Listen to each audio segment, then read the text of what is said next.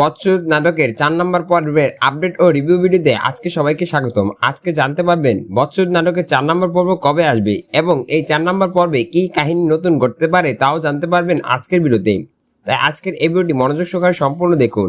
আজকে 2 মিনিট ভিডিওটি সম্পূর্ণ দেখলে আপনারা জানতে পারবেন যে বৎসর নাটকটি কবে আসতে চলেছে।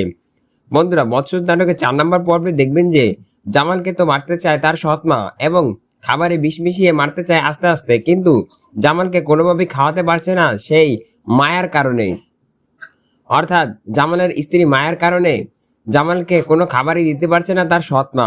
তাই তো এবার তার সৎমা এবার মায়ার পিছনে লেগেছে।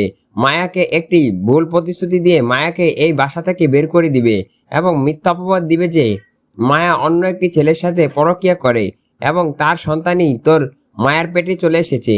এটা শোনার পর জামাল কি এবার মায়াকে ছেড়ে দিবে এবং মায়াকে তাদের বাপের বাসায় দিয়ে আসবে? কি ঘটতে চলেছে এই নাটকের 4 নম্বর পর্বে? 4 নম্বর পর্বে এমন কিছুই দেখতে পারবেন, কারণ মায়া হঠাৎই মাথা ঘুরিয়ে পড়ে যাবে। তখন মায়াকে নিয়ে একটি নতুন চাল খেলবে সেই জামালের সৎমা। পরে মায়া সবকিছু বুঝতে পারবে। পরে মায়া ছুরি দিয়ে এবার সেই জামালের সৎমাকে ভয় দেখাবে। তখন পরিস্থিতি আরো উল্টো দিকে চলে যাবে। তখন জামালের কাছে মিথ্যে বানিয়ে অনেক কথা বলবে। পরে জামাল সেই মায়াকে নিয়ে তাদের বাপের বাসায় দিয়ে আসবে। কি ঘটতে চলেছে এই নাটকের 4 নম্বর পর্বে? 4 নম্বর পর্বে কি জামালকে মেরে ফেলা হবে? কি ঘটতে চলেছে এই নাটকের 4 নম্বর পর্বে?